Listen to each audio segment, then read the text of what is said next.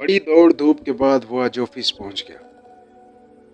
आज उसका इंटरव्यू था। वो घर से निकलते हुए सोच रहा था, ऐ काश आज मैं कामयाब हो गया तो अपने पुश्तैनी मकान को खैर पा दिया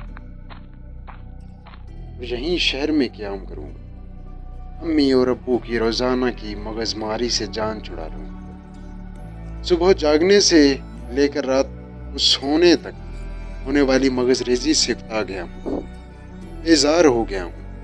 सुबह गुस्ल खाने की तैयारी करो तो हुक्म होता है पहले बिस्तर की चादर दुरुस्त करो फिर गुस्ल खाने जाओ।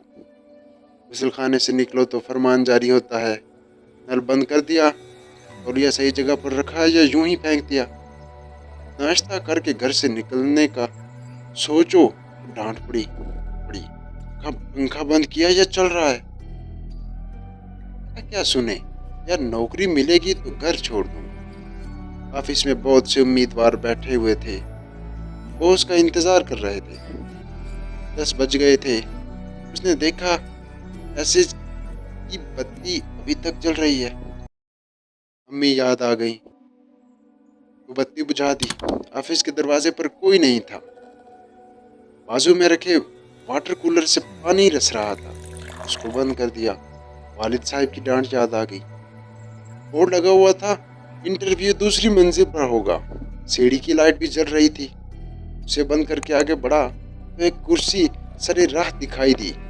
उसे हटाकर ऊपर गया तो देखा पहले से मौजूद उम्मीदवार अंदर जाते हैं और फौरन वापस आ जाते हैं। मालूम करने पर पता चला कि वो एप्लीकेशन लेकर कुछ पूछते नहीं, फौरन वापस भेज देते हैं। मेरा नंबर आने पर मैंने अपनी फाइल मैनेजर के सामने रख दी। तमाम कागजात देकर मैनेजर ने पूछा, कब से ज्वाइन कर रहे हो?